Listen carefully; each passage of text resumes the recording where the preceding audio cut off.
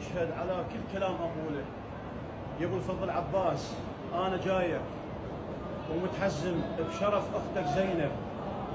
يا ابو الفضل عباس، وحق هذا ابو الفضل عباس ساقي عطاشا كربلاء، كفيل زينب، حامل لواء الحسين، انا ناصر حيدر عاتي بري من دم مصطفى ابن مرتضى، لا قاتل ولا شايف ولا اعرف القاتل ولا عندي علم ولا عالس ولا مخابر ولا رايح ولا عندي اي علم بقتلة مصطفى الا يوم اللي لقيت الوادم رحت حالي حال الناس.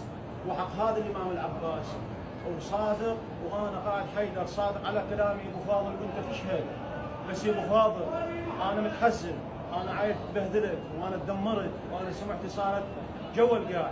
يا ابو فاضل اللي يجيك يحلف بيك كذب، احلفك باختك زينب السطره وتبين حوكتي بيه.